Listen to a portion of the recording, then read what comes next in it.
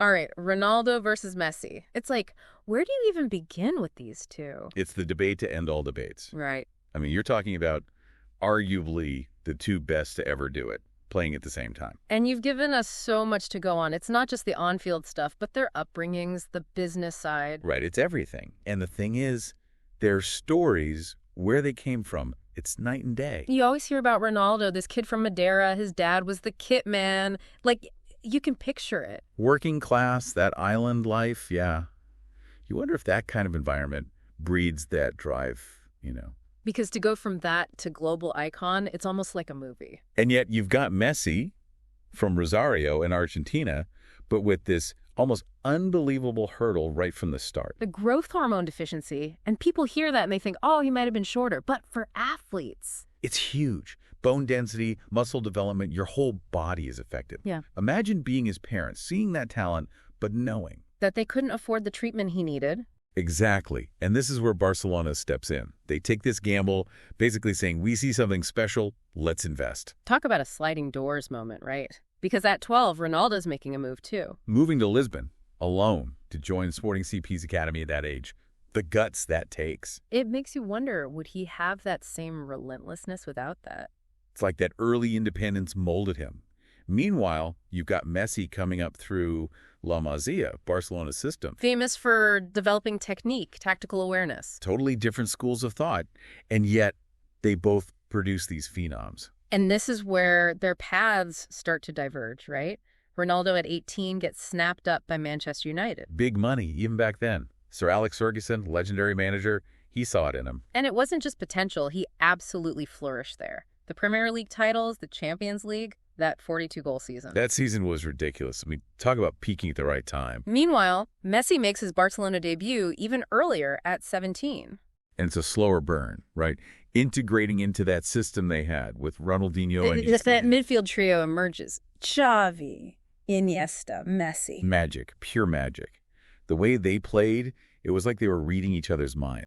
Two completely different approaches. But both at the very, very top of the game. Exactly. And that's the beauty of it, right? There's no one path to greatness, even in a sport as, structured as football. And then you get to the trophies, the awards, the records. It's almost silly. Oh, absolutely. Like, we could do a whole nother deep dive just on their stats. Ballon d'Ors, Champions League titles, all-time scoring records. And it's not just the quantity, it's the consistency, year after year. It's that sustained excellence that blows my mind. I mean, most players are lucky to have one or two great seasons. These two, they've been at the top for like 2 decades.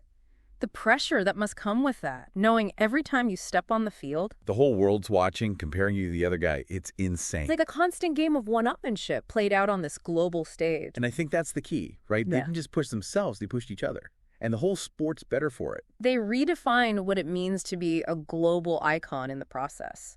You look at Ronaldo, the CR7 brand, that whole fitness empire he's built. He's like a machine. And he's smart about it, turning that discipline, that image, into something beyond just football. And then you have Messi, more reserved, the family man. But still with that global appeal.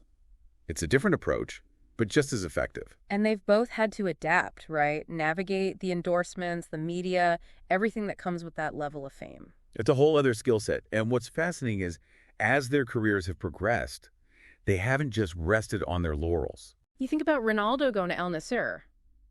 He could have easily stayed in Europe, maybe gone to a less competitive league. But instead, he chooses a new challenge, helps grow the game in a whole different part of the world. And then Messi going to Inter Miami, bringing that magic to the MLS. It's like they're rewriting the rule book on what it means to be a veteran in the sport. Mm-hmm. They're not just fading away, they're still hungry. Which makes you wonder, what is driving them at this point? New records, new frontiers, or is it something deeper? It's mind-boggling when you think about it. These young guys coming up now, they're not just competing against their peers. They're competing against the shadows of legends. Like, how do you even process that? You're a young striker, and someone's telling you you've got potential, but in the back of your mind, there's Messi. Every touch you take, every shot, it's being measured against arguably the greatest. It's got to be both inspiring and utterly terrifying. Oh, absolutely. I mean, on one hand, you've got these examples, right? Proof that those heights are achievable. But the pressure that comes with it. Because you can't just copy their path, can you? Even if you study their technique, their training. There's that X factor. The talent, the timing, the sheer will they both have. You can't manufacture that. You have to find your own way. Exactly. Yeah. It's about pushing your own boundaries, not trying to fit into their mold. Because there will never be another Ronaldo or Messi. It's like they're not just footballers, they're cultural phenomena. Totally. But what they've done, it's going to echo for generations. I mean, think about how training has changed even. Because they showed what's possible, physically, skillfully. Young players today, they're incorporating elements of Ronaldo's regime, Messi's close control. The bar's been raised. And that's the legacy, isn't it? It's not just about the trophies, the goals, it's about how they've changed the game itself. Absolutely. And for fans, for us watching, it makes you think about your own goals, right? What seems impossible that you're striving for. Because if these two have taught us anything, it's that maybe those limits we set are just in our heads. Couldn't have said it better myself. So, where does football go from here, right? What's the next chapter look like after these titans? Who knows? But I'm excited to find out. Me too. That's the beauty of it. Well, that was fascinating. Thanks for taking this deep dive with us. Anytime. Thanks for having me.